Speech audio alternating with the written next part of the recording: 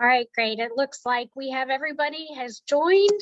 Welcome everyone to today's webinar, Resiliency in the Workplace, hosted by United Way of the Big Bend. I'm Angela Gibbs, one of our team members here at United Way, and we are so excited that you're joining us on this beautiful Friday afternoon. If you have your lunch with you, please feel free to turn off your cameras while you enjoy your lunch, and then sit back and relax with us for a few minutes. If you have any questions throughout the presentation, please post them in the chat section. This webinar is being recorded, and the link to the recording will be up on our uwbb.org website for any friends and coworkers not able to join us. Please click the closed caption live transcript button at the bottom of your screen for a live transcription of today's webinar. I would like to take a moment to share with you a little bit about our wonderful speaker today, Dr. Michelle Mitchum, and highlight just a few of the things that she does during her waking hours. Dr. Mitchum is thrilled to empower women in our community as the president and publisher of the Tallahassee Woman magazine. She is passionate about transformational leadership, positive mental health and wellness, and empowering others through her consulting practice, Courageous Conversations.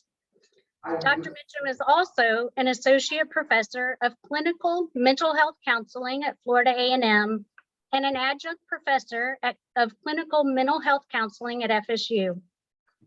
Dr. Mitchum earned a PhD in counselor education in 2005 and pursued doctoral studies in organizational leadership. She has extensive experience in the human services field, high school, and higher education. Dr. Mitchum is a facilitator, success coach, Florida Supreme Court certified family mediator, and a psychotherapist, empowering individuals, teams, organizations, and leaders for over 18 years. She has published journal and magazine articles on diversity, multicultural competencies, diversity in the workplace, mental health, high conflict divorcing co-parents, and mindfulness. Dr. Mitchum executes solution-focused success coaching for diversity, equity, and inclusion, effective leadership, communication, empowerment, mindfulness, conflict resolution, and collaboration. She serves on our board of directors at United Way of the Big Bend and the advisory board at Synovus Bank Tallahassee. She has presented and facilitated training on these topics nationally and internationally, and in her role as accreditation chair, she leads site visit teams evaluating graduate and doctoral programs in counseling across the country with the Council for the Accreditation of Counseling and Related Educational Programs. Please join me in welcoming Dr. Michelle Mitchum. Hello, thank you so much, Angela. I'm sorry you all had to sit through that. I think that's just a sign of getting old when you have all these things on your resume. But thank you for being here today. And I just welcome you. I'm so honored and just honored to be a part of the United Way of the Big Bend and happy to be here today to get started. So thank you, everyone.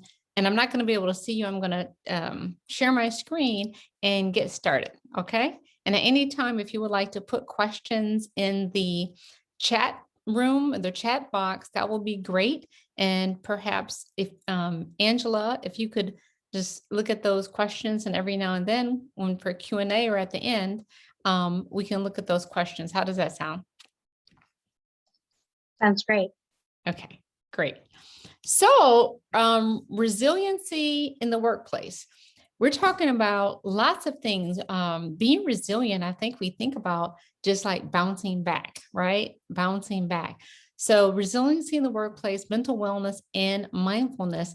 And what is that all about? So I think about the journey of mindfulness in your personal life and work life, and how we need to create a self-care plan, which helps us to be productive at work, and for organizations, it helps us to increase the triple bottom line, and all the way around, it's good for us on all fronts. So let me just go to the next.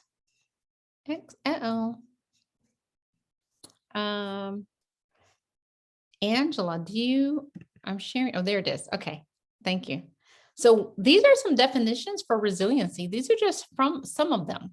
So I wanted to go over that. We know it's the capacity to recover quickly from difficulties, of toughness, an ability to recover or adjust easily to adversity or change, and the ability of something to return to its original size and shape after being compressed or deformed. The reason why I left that in there is because have you ever felt that you were compressed or you've been squashed, physically or emotionally, psychologically, just from so much? Have you ever felt like you were standing under Niagara Falls and you're trying to catch all of the water with a teacup? So I know that was referring to inanimate objects, but sometimes we can feel deformed or crushed or squashed. And sometimes we don't feel like we can just kind of bounce back. So any other definitions that you want to share, you can put that in the chat box. So resiliency is so important in the workplace, and it extends and it has a 360-degree benefit in being resilient. So let's look at workplace resiliency. Oh, sorry about this. I have a new computer. It's another Mac for you all that, like Macs. Some people don't. Anyway, here, let me move this little thingy over here. Okay. So workplace resiliency has several components. I want you to think about your organization, think about your office, think about your circles of influence and where you work and play. But in the workplace, and work could be at home, but you have a community, I know virtually, some people have gone back to the office, but I want you to think about the climate. What is the climate in your workplace? And what do you do to cultivate an atmosphere conducive to the work that you do? Many of you work in human services or customer service. I don't know many companies that don't deal with human beings. And I think that especially since COVID, there's been a lot of changes. We know that there's been millions and millions, I think 11 or 12 million people that have left their jobs to start a new business because of climate. They want a climate that is conducive to mindfulness, mental health. The time when people waited for 2 weeks in the summer to take that vacation, or if they waited the week, oh, I'm going to have a week at Christmas and I have time to decompress. I think those times are over. People want mental health and mindfulness incorporated every day in their workplace. So what is the climate like at your workplace? What is the culture? What is the mission statement? What are the beliefs? You have to get grounded and look at that culture. What is the culture? How is culture defined? And how is it and just the culture of your organization, of your workplace? What about communication? What are the rules? There's sometimes rules of communication, whether verbally and via email, and there's sometimes unwritten rules. So you have to figure that out too. How are people communicating? Are they encouraging? Are they positive? Do they exhibit unconditional positive regard? Are people helpful and not hurtful? Are they uplifting and encouraging and not condescending? When you get feedback at work, when you think about your employees, everyone here knows it's always best to tell people how they're doing and what they're doing well, and then talk about not what they're doing wrong or weaknesses. And I hope no one's using that in evaluations, but what are your maybe some missed opportunities. And so a lot of times I will, when I have to evaluate people or have a meeting, we have a courageous conversation about, hey, what's going well and what are some missed opportunities? Community. Do you have a sense of community? And sorry if there's anything spelled wrong. Community and compassion. Do you have compassion at work? Compassion for others. Do you have that individual positive regard and consideration for others? And it doesn't matter who they are. It doesn't matter whether they're young or old, or it doesn't matter their religion or their race or anything like that. So what are the multicultural competencies as well that are weaved in there to show that we're appreciating and celebrating everybody? If everybody entering could just mute their microphone, that would be great. Thank you. Excuse me, Dr. Mitchum, just a second. We're not able to see your screen. If you could try one more time, please. Oh, you're not. Okay. Thank you. Okay, thank you. Let me go back.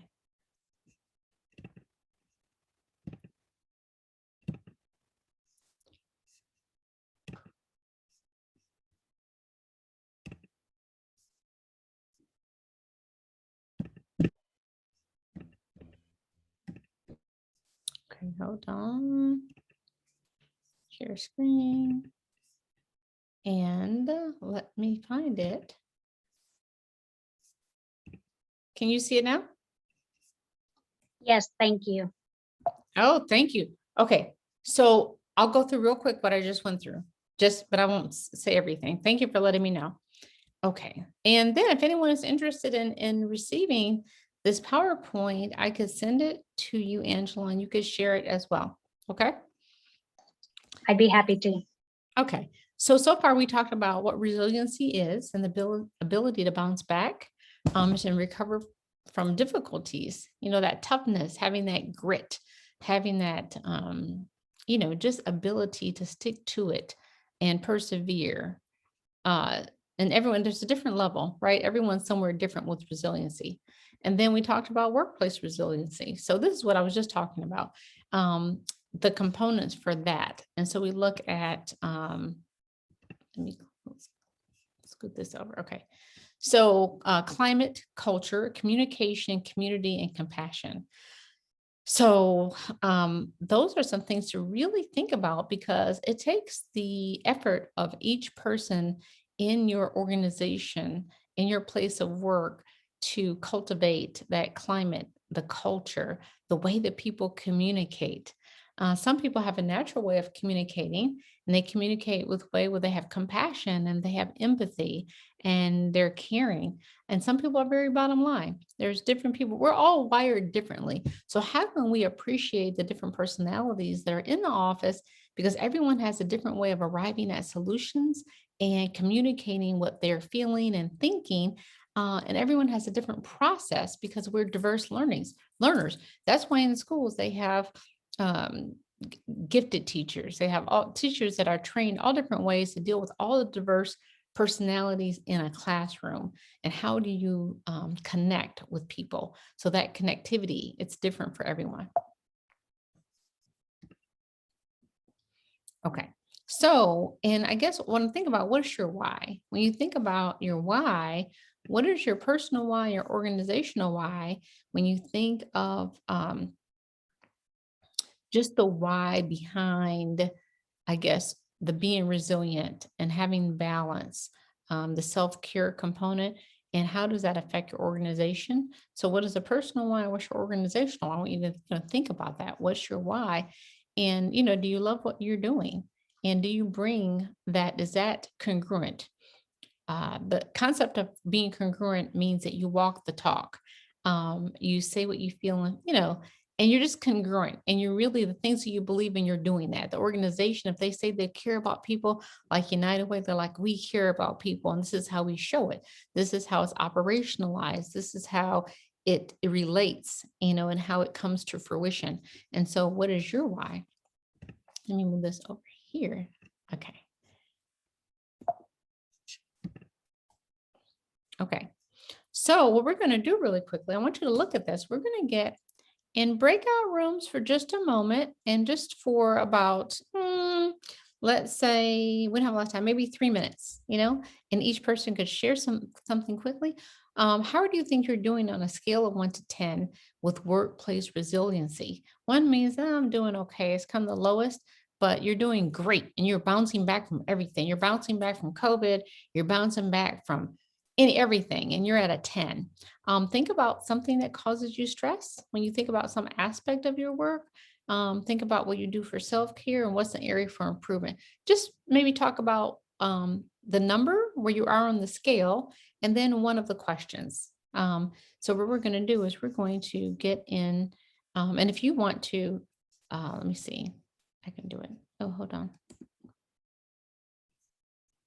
Oh, I have to go back here. Sorry. So we're going to get in breakout rooms for just a moment.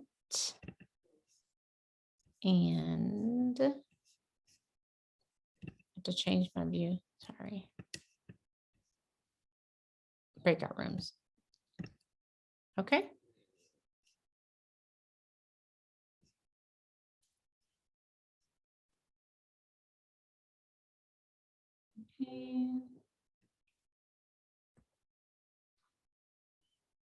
Okay, if you could accept your invitation to go to the breakout room, and we're going to go for 3 minutes, no more than 5.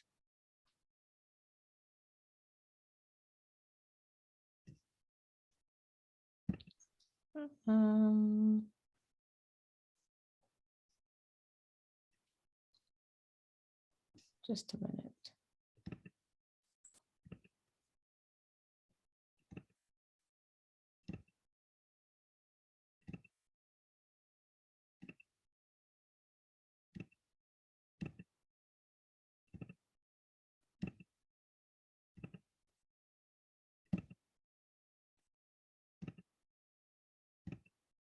It didn't do it automatically for some reason, but I'm just, bear with me. Sometimes there's that automatic button and it didn't come up.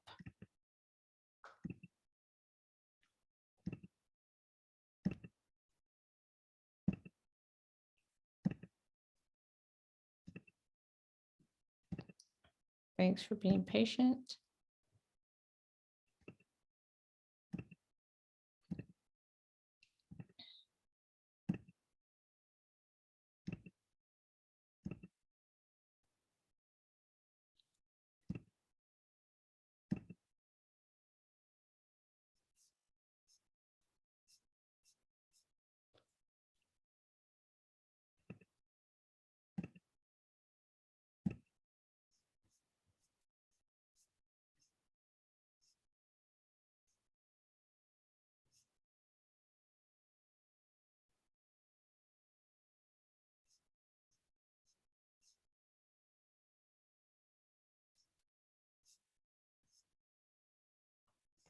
I think everyone has been assigned to a room, Angela. Okay, Yeah, it looks like it. yes. Okay.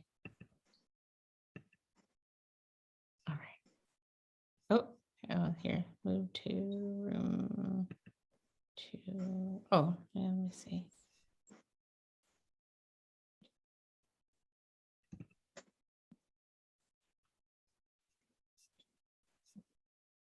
Thanks for letting me know that my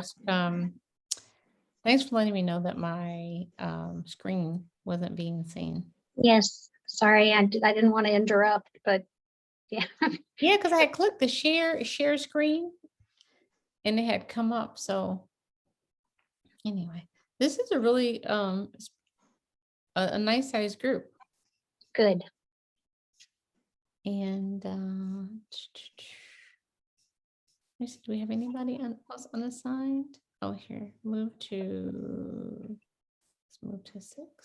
I just saw this. Oh, breakout room 5. Nobody joined room 5, so I'll put her in room 3. Yeah, something happened weird when I went to assign the rooms. It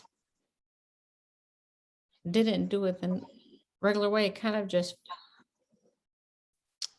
jumped a couple steps and just went to it. Okay, Yeah, I don't know what's happening, but I think everybody's in a room. okay.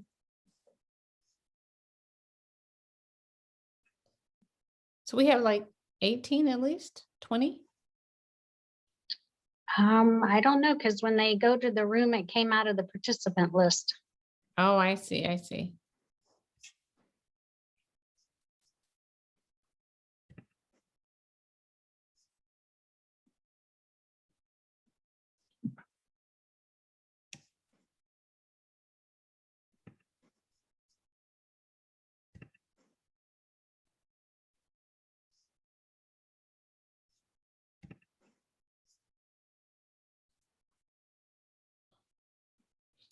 Do we have 2 people here that aren't in a room that wanted to be in a room?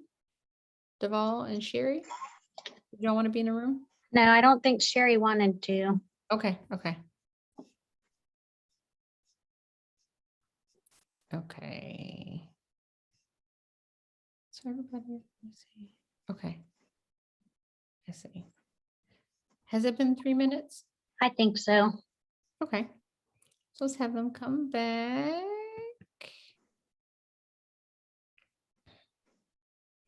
It's like nice to have a little bit of interaction, I agree. just to be able to bounce ideas and stuff. Because sometimes we're talking and the screen is going, you don't know where anybody's at. And yeah. That's great. I haven't seen this before. Oh, good. Yes. Not on this end of it anyway. Oh, good. Yeah, it's pretty fun to do. And because I have to teach all the time, I have to be really creative. I bet. Thank you for introducing me. I'm sorry it was so long, but Oh, no, it was my pleasure. okay, so let me look at the view. Hold on.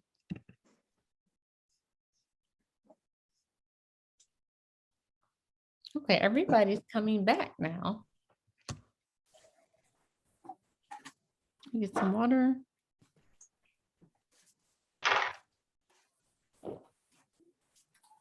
Okay, everybody's back. Great. Is there anybody that's courageous enough to share just a little tiny bit? Like not everything, maybe just one little tiny itsy bitsy part of what you shared or whatever. I know the whole point is once you do these, interactive things, we realize there's this concept of universality, and you realize that everybody experiences the same things, but we always don't talk about it. And so I'm not turning this to a psychotherapy session, but I'm just taking that mindfulness piece of if anyone is brave enough to share a little tiny bit of what they shared, maybe it would be great. I could share something. Oh, please. Hi. Hi. I was in with the two other individuals, and we're all from the Department of Health. And when we were scoring and that, I thought it was maybe I was at an 8. And one of the questions was about what causes you stress. And I thought I had a good one, but then there was another individual who gave their example, which was that I have all these meetings and I want to get to the work that's the heart of my passion. And I have to always put that, aside until there is some available time. So I like that better. I had said competing priorities, but it's kind of the same thing. It's like, not able to do your passion. So. Oh, no, thank you for sharing that. Yes, so many competing things. Like, how do you balance it all? No, thank you so much for sharing that. And so these are just like, how do you eat elephant one bite at a time, but you also have to prioritize and have boundaries. And there's so many things we have to do. And we're trying to stay in our lane. And then we want all these things that we want to have balance in our lives and our work life, but it is very challenging. Thank you. Who else would like to share a little bit? Share. Happy, Patricia.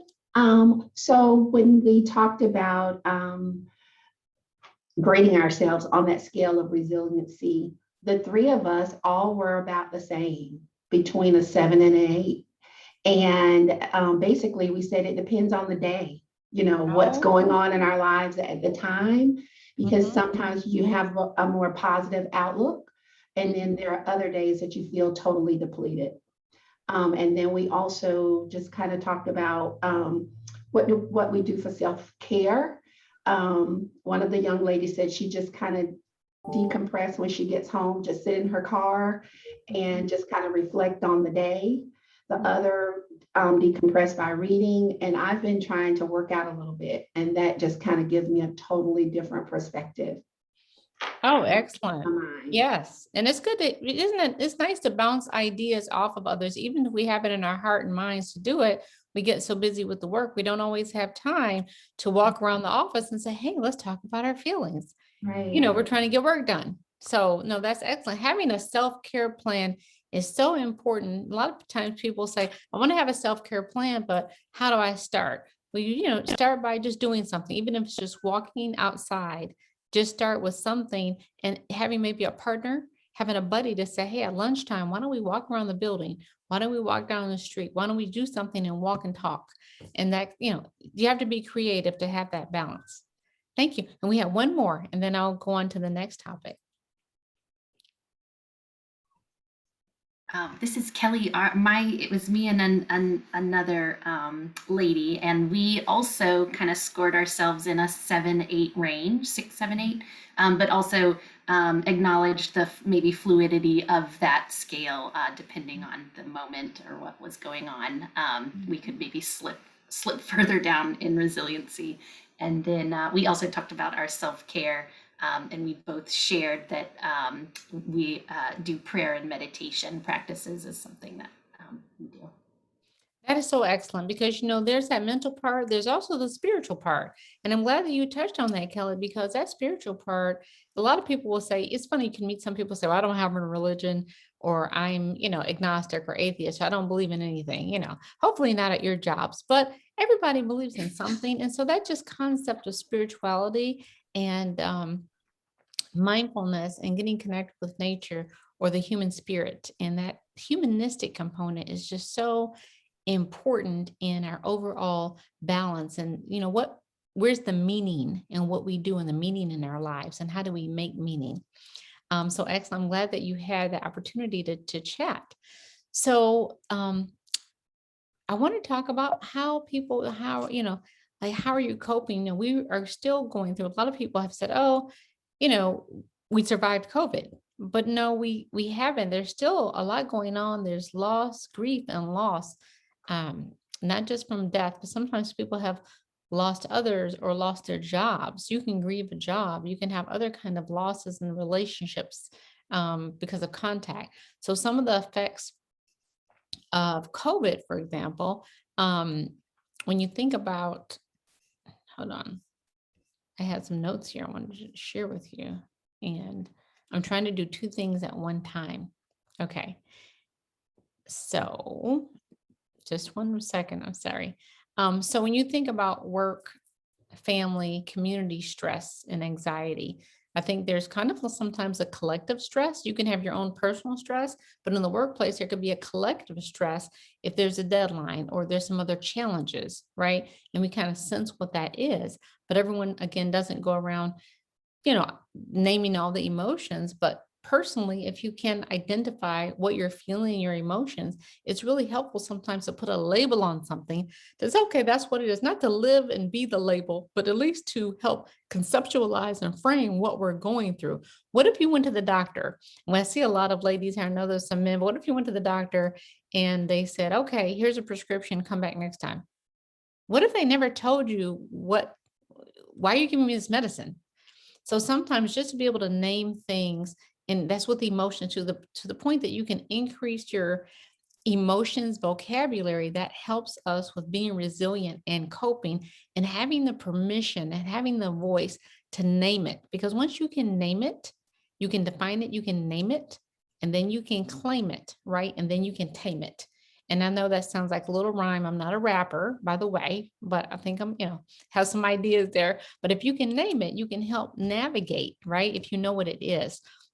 Some of the challenges, besides stress, people have been, some people have confusion, about like information, for example, and how other people process information and understand information.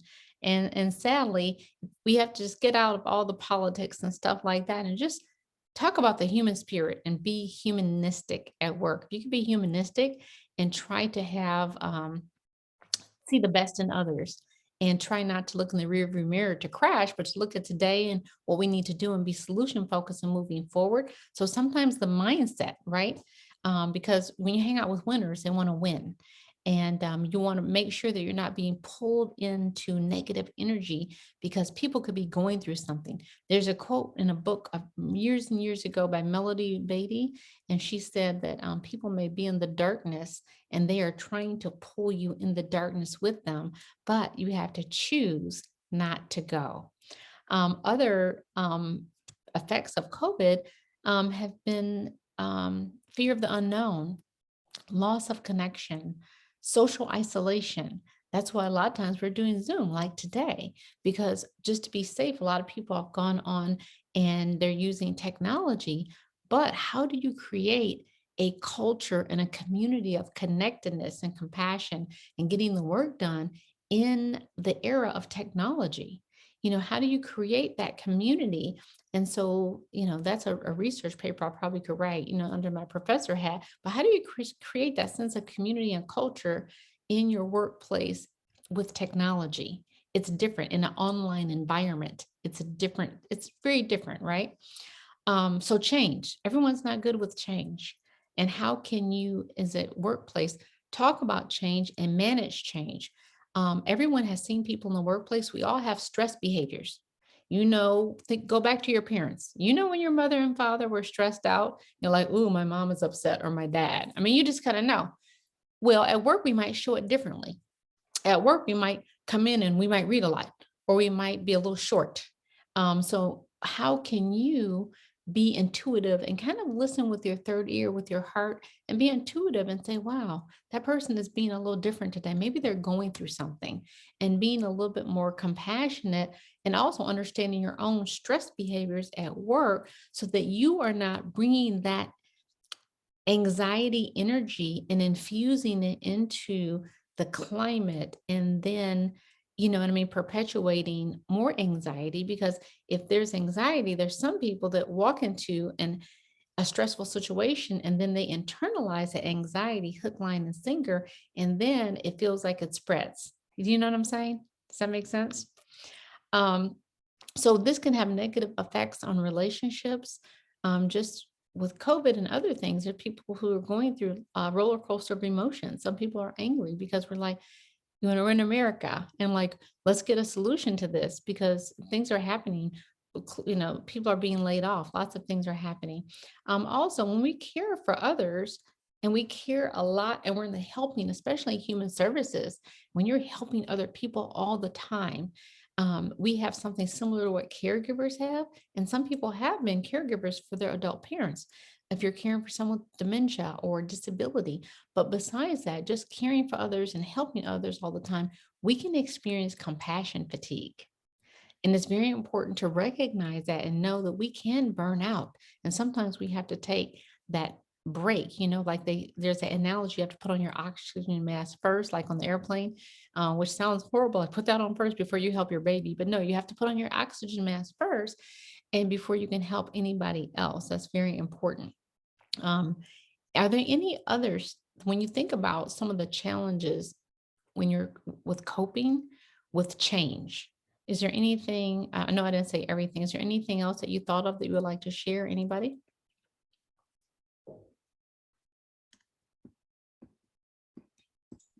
I was just going to ask, with technology, a lot of us are now teleworking, we're at home, and that does create kind of an isolationist kind of feeling at times, even though you have the Zoom. Do you have any tips on that first? Well, I would say one of the things that for tips is that, to the extent that when you have a Zoom, is to do these breakout rooms. I mean, if there's no other choice, to have the breakout rooms so you can connect with another human being, because it's great to be in a whole group of 20, 30, 40, 50, 60 and learning whatever and going through work. But if you have time to maybe do a Zoom and get in a breakout room and to be able to talk, and we're going to talk about that in a moment, if you can connect with people outside of the work conversation. For example, when I talk to professors, it drives me crazy, the professor friends of mine, that I'm like, hey, how are you doing? And they're like, oh, I'm doing fine. My current research on so-and-so and so is so-and-so and so. And I'm like, in my head, I'm like, oh my gosh, oh my God. I'm just asking them, how are you doing? So I just can't talk about work. I'm a professor, but I'm the one, I don't want to talk about my research. I want to say, hey, how are you? How you doing? How are you? Let's talk. How are you dealing with this stuff? How are you balancing? I have these reports and I have these deadlines, and I'm at work and I'm just looking at my Keurig, and I'm looking at my wall, and I look outside at the tree, and I'm not having any human interaction, and just taking a few minutes. And the research shows that companies and organizations to take a few minutes to just talk. And the rule has to be nothing about work. Just how are you doing? And then some people have this, can I trust people? We're all human. We're all human. We have emotions. This is, again, this concept of universality. We all experience the same emotions. And sometimes people look like maybe they don't care. They look kind of cool, like they have it all together, but maybe that's their stress response. But it's important to ask people, how are you doing? That's just one, to be able to talk and at work, and of course, go outside and take breaks and walk, because there's something about the physiology. When we change our physiology and just walk, or get up and do some jumping jacks, or get around and just move around, that sometimes can help just change the way we're feeling. And so just connectedness, that human connection. Some of the research shows that resilient employees have a sense of connection. So that's an excellent point that you just brought up. Is it Sherry or Cherry? You're muted. Sherry. Sherry, thank you. So excellent point. So the sense of connection, and that's something we've lost in the online world, the sense of connection. So how do we build that? Also, quality cultivated relationships. So how do you cultivate relationships that are quality relationships, not based on anything like, well, I'm going to, try to talk to this person because they're the boss, or this hierarchy. Everybody puts on their pants the same way. You know what I mean? It doesn't matter all the degrees or credentials or who or whatever. People are just people. I have tons of credentials, but I'm not a credential. I'm a human being. And so that sense of connection is important. But how do you cultivate relationships? Because it's all about relationships and what we do. Relationships at work, because we all have to work together. And how can we be more emotionally, increase our emotional IQ to be able to handle even confrontation, conflict resolution? A lot of people are really, really, really, really, really tense when there's conflict resolution, and they bring that oftentimes from their family of origin.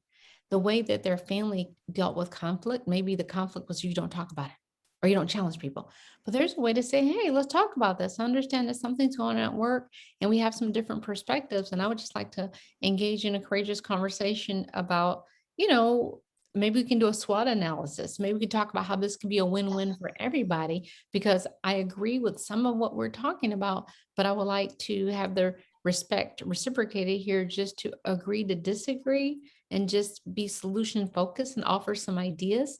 I remember when I was a little girl, my mother watched a show called Columbo. You remember that? Anybody? Anyway, when my mother watched Columbo, I tell people that's a great way that he was always like, you know what? I wonder if so and so. And so if you act kind of like the Columbo, and I know for some young people, they're like, I don't know what you're talking about, Columbo, but being tentative and putting it out there, like, perhaps we can consider this. What do you think? I'm just kind of thinking outside the box. So when you're offering solutions, that is a person that's solution focused. But if there's an identified problem and that person has no solutions and they're like, no, it's this way or no way, that person is not solution focused, and they're just fixed on that one idea and that one way. So having those courageous conversations. So high emotional intelligence is one of the signs of a resilient employee. Having empathy for others, being a team player. Resilient employees feel supported. Resilient employees also have a philosophy of abundance. There's a lot of research on the philosophy of abundance. So the philosophy of abundance means that I have this philosophy where no one can block my blessings. And people that have the philosophy of scarcity, they're like, well, I'm not going to tell Patricia my idea because she might steal it. And she's the VP over at TCB, so she might take it and run with it. But guess what? Philosophy of abundance means you can share ideas, because no one's going to steal your stuff, and because people can, there's that, what they say, you can imitate, but you can't duplicate, So just be yourself, be your authentic self. I'm talking about being authentic and keeping it real. We have so much we're dealing with since COVID and helping others. There can be a lot of burnout. So we did the icebreaker. I want to talk about some of the symptoms of stress. So some of the symptoms of stress are feeling anxiety. We already talked about that. Many people have had an anxiety attack and they weren't even aware of it. And so when people have an anxiety attack, I'm not going to get too much in this because I'm not teaching a psychopathology class, but a lot of times you feel like, oh my God, I'm stressed out. Your heart could be racing, your palms can be sweaty, and you have this fear like you don't know what's about to happen. You don't know what's about to happen. And so many people have had a panic attack. If you're human, you probably have sensed that, but just some people, that's the highest level of stress and anxiety. Sometimes there's numbness, there could be fear, you can have fatigue. If you're really, really just tired and you're drained, you can have fatigue because you're dealing with stress. You can have headaches, stomach aches, body pains, difficulty concentrating, or what they call brain fog. A lot of people just can't concentrate because we're not only are in a new environment, we're changing the way we do things. Maybe you have additional responsibilities. There's this thing in organizational leadership called the flattening effect. And that means if there was 5 or 6 or 7 layers of leadership or middle management or wherever, they take those layers and say, you know what, let's save money. Let's take all the jobs that these 10 people will do. And guess what? We can save money and 3 people can do it. Yay. And you're like, what? And then you get a new job description. You're like, oh, guess what? We have some great opportunities for you. You're such a superstar. We have some additional responsibilities for you. And you're like, oh, okay. But anyway, so that can, again, that feeling of standing under Niagara Falls, trying to catch all the water with a teacup, that's stressful. Like, wait a minute. No one communicated me about this. So that can be stressful. Symptoms of stress from work, loss of appetite, inability to sleep or rest, feelings of being overwhelmed or frustrated. Physical issues are exacerbated. You could have skin rashes. Some people start drinking alcohol and they're like, hey, let's go to happy hour on Thursday. Then it's like, hey, let's go to happy hour on Friday. Hey, friends, let's go to happy hour Monday, Tuesday, Wednesday, Thursday, Friday. Let's go every night. So anyway, that's not the healthiest coping, right? To say, oh, let's go to happy hour. There are other things that you can do. So let's talk about, healthy coping. Does anybody have any questions? Okay, effective coping strategies, developing the self-care plan. So what I tell people to do is, if you would, I'm going to show you something, and you can do this online, but I'm going to show you something really quickly. And I'm not an artist, so don't laugh at this. This is really messy. Let me do another one. That's not good. Just a minute. I'm going to show you, and you can do this. There's a pretty one online. Okay. There's a pretty one. So we do this for leadership. So I'm such a nerd. So this is, I have a little thing here and I have a SWOT for SWOT. So this is a SWOT analysis, but this is like messy. So you can go find a fancy one online, a SWOT analysis, and that's for strengths, weaknesses, opportunities, and threats. What I would like everybody to do is write either now or think about it. Think about a small incremental goal for your self-care plan that you know that's going to help you with your workplace resilience. And this is something also, the self-care plan can be incorporated at work. Maybe you can even adopt a strategy for having that as a part of the culture in your workplace. To say, everybody, at lunchtime, I encourage everybody to go out for 15 minutes and walk. So anyway, the only way a SWOT analysis works for a self-care plan is to have a goal. So if you write down your goal, and what's your goal? Just think of a goal. Write down a goal. I would like to get in, I would like to feel less stressed and walk, or something like that. So then you write down for the S, what are my strengths? So you have the goal statement across the top. So you say how, and you bring each letter back to your goal statement. So what are my strengths when I think about my ability to walk more and have this self-care plan? My strengths is that I'm a person that likes to follow tasks. I follow, if I have a plan, I follow it. So I can set a plan for this. I can put it, on my watch. I'm a person that likes technology. So I'm going to download some apps like MyFitnessPal or whatever. There's some apps, with the little watches and stuff. And then what are my weaknesses? And I don't like the W. So instead of weaknesses, say, what are my areas for improvement? It might be, well, I don't like the plan and I don't like walking when it's cold, or I don't like walking when it's hot, or I don't, whatever. What are some areas for improvement? Okay. And then the O is opportunities. So you're like, what opportunities do I have to implement this self-care plan? So this part is where it takes the creativity, almost like a cook. You might say, oh my God, this is really hard. I don't know what opportunities. So this, we have to think outside of the box and do something different. Okay.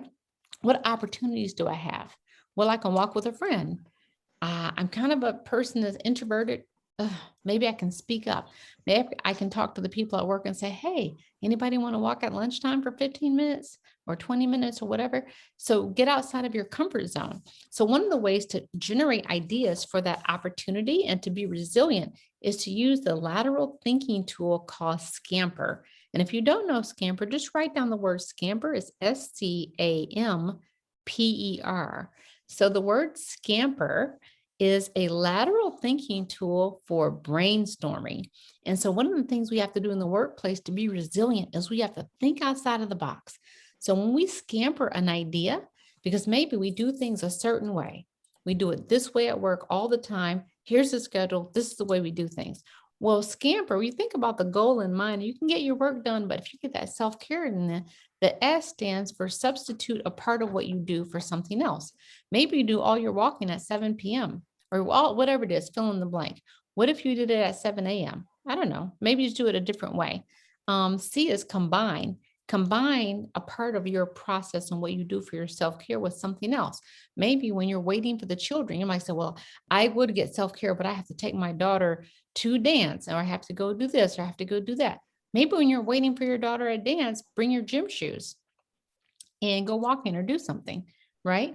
So that's the C. Combine your idea with something else. The A is adapt. And you can Google this, and there's some beautiful, colorful Scamper tools online. The A is adapt. Adapt a part of your process for something else and make it more meaningful for you and user-friendly. And then the M is modify. Modify your process. Modify what you do. So you know what? I just don't want to do those, walking. Maybe I want to go buy a bike. I think I want a bike ride. Maybe I want to do tennis. Maybe I'm going to go over to Forest Meadows and sign up for a tennis class. I'm going to do something. Modify your part of your plan. P is put to other uses. Maybe it's something that's just not working. The E is eliminate. E is eliminate a part of your process. And then R is reverse the order. So in the SWOT analysis, the tool Scamper is typically used with the O, with the opportunities when you're thinking outside of the box, and then T. So the S is strengths, W is weaknesses, the O was opportunities. And then when you think about that list of opportunities, how can you implement these new opportunities to bring this goal to fruition? And then the T is threats. What are some real or perceived threats that won't allow you to achieve this goal? Perceived, maybe you're just like, oh, I can't do that. I would go play tennis, Dr. Mitchum, but I don't know how to play tennis. Guess what? There's lessons, right? I know they're $51.50 for 6 weeks at Forest Meadows for the beginner class on Wednesday night. So anyway, I know because I'm doing it and I just had to think outside of the box. So I'm not just telling you stuff. I want you to know these are things I also try to practice what I preach. So do something different. So we're going to do to have another, just for 3 minutes. I know we're near the end. I would like to right now just open it up so you all can talk about some ideas for self-care. What are some of your thoughts, reactions, feelings? Because we want to hear from everyone who would like to share an idea that you just thought of.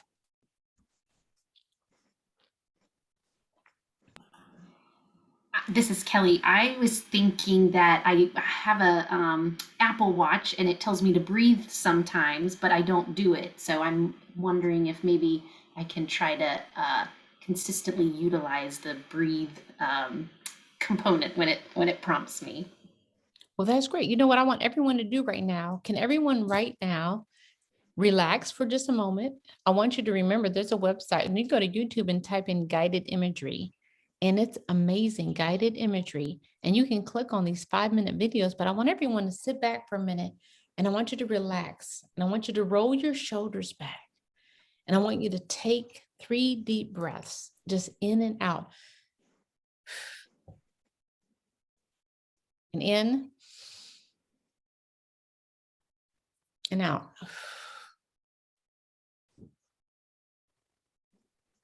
In and out.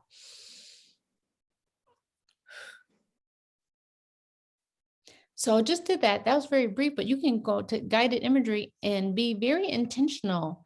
Okay. And I want you to know positive affirmations are important. Say some positive things, exercise, get into yoga, maybe meditation, prayer, connect with friends and family, get a massage, have some type of support system, a buddy system, professional resources. Again, we talked about the guided imagery. We did the SWOT analysis. You can do that because then, and also put a date on there. A goal is not a goal unless you have the goal written out and the date. Write the date, but don't be too hard on yourself as well because things happen, but write a date that you're going to do something and then try to follow through and do it and keep that date with yourself, just like you would make that appointment to see the doctor every year or to see the dentist. Make a date with yourself to exercise or to go for a walk or to go outside and just look at the water or to just whatever, ride your bike and light a candle and meditate. You know, we're talking a lot right now about mindfulness because mindfulness is multifaceted. It's the you being in the present moment of your awareness, your feelings, your thoughts, intentional focus on you in relation to the unfolding of moment to moment experiences. It's your thoughts, your feelings, your physical reaction, and your perceptual reality is being interconnected. So I want you to try to bring your complete focus of acceptance of yourself and don't be hard on yourself. Okay. And try to shine your light on others. Being present in the here and now, being present in the here and now really helps you. You don't want to look at what happened yesterday and you can't be too stressed about tomorrow. That's when people get all stressed out because they're thinking about, oh my God, they're beating yourself up about what you did yesterday. And oh my God, what about tomorrow? What about right now in the here and now? What can you do? So mindfulness and your emotional IQ includes breathing mindfully, listening deeply, cultivating insight, practicing compassion, limiting your reactivity. Stuff is going to happen. You don't have to say, oh my God, what's happening? But guess what? Be cool as a cucumber. Something happened. And instead of being emotion focused, I want you to try to be problem focused. Emotions are important, but if we are emotion focused, there are 2 things in psychology. There's emotion focused coping. Okay. Emotion focused coping versus problem focused. So try not to stay in that emotional state because that's exhausting. Okay. It's very exhausting. Try to express gratitude, nurture mutual respect for everyone, try to build integrity, foster leadership, and try to be peaceful. And I know our time is up. Try to practice your emotional, just having a high emotional IQ. And I want everyone, you can do it with your muted off or on. I want you to recite something. If you could repeat after me so we can end on a real positive note and I can share this PowerPoint with you. I do all I can with what I have from where I am. I do all I can with what I have from where I am. The next one is every day I attract abundance, love, and success in my life. These are positive affirmations. You know, the mind attracts that which it acknowledges. The mind attracts that which it acknowledges. So these are kind of like these auto suggestions, and it really helps our mindset to have a paradigm shift, to stay in that positive space and to cultivate that in the workplace and all that we do. The next one is I inspire others to do the same. I am worthy. Can you say that? I am worthy. I am worthy of love, peace, and happiness. I am worthy of love, peace, and happiness. I embrace the here and now, the present. I embrace the here and now, the present. I choose happiness. I am enough. I am blessed. And lastly, I'm going to repeat the first one. I am worthy. So if you remember that and think about some of these strategies, I will share this PowerPoint because there's more. I will share this PowerPoint with Angela. And if you want to email me, my email is dr.mitchum. It's dr.mitchum, M-I-T-C-H-A-M @gmail.com. My website is Dr. Michelle Mitchum with no periods. It's drmichellemitchum.com. There are also resources for people that just want some personal coaching or they want to just go talk about their feelings. There's no stigma. People, trust me, like they go get their hair done. People are calling up psychologists and stuff just to talk, to say, hey, I'm just doing a check-in because I have this self-care plan that Dr. Mitchum said I'm trying to get this self-care plan together. So go to psychologytoday.com and you can find a therapist who is there. They can just talk you to help you with your self-care goals. It's not for anything like, oh my God, I'm going to go to a psychologist and they're going to diagnose me. No, no, no, no, no. This is self-care and mindfulness. So, give yourself a hug, and I want you to know that the light within me honors and sees the light within you. And I want you to keep shining your light on others. And that helps to cultivate a positive work environment and resiliency in the workplace. Thank you. Do you have any questions?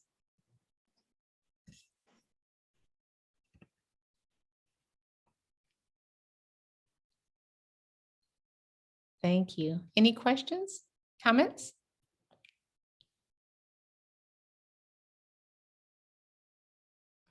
You have to take off I think you're muted.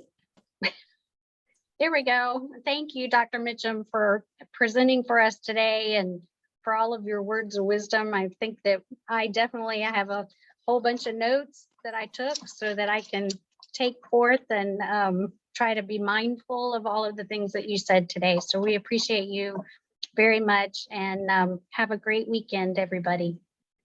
Okay, have a weekend. Thank you. Talk to you Thank later. you. Thank you so much. Alrighty. Bye. Bye-bye. Bye. Angela, thank you so much for facilitating this. And I will send you the PowerPoint. Sounds good. And have a great day.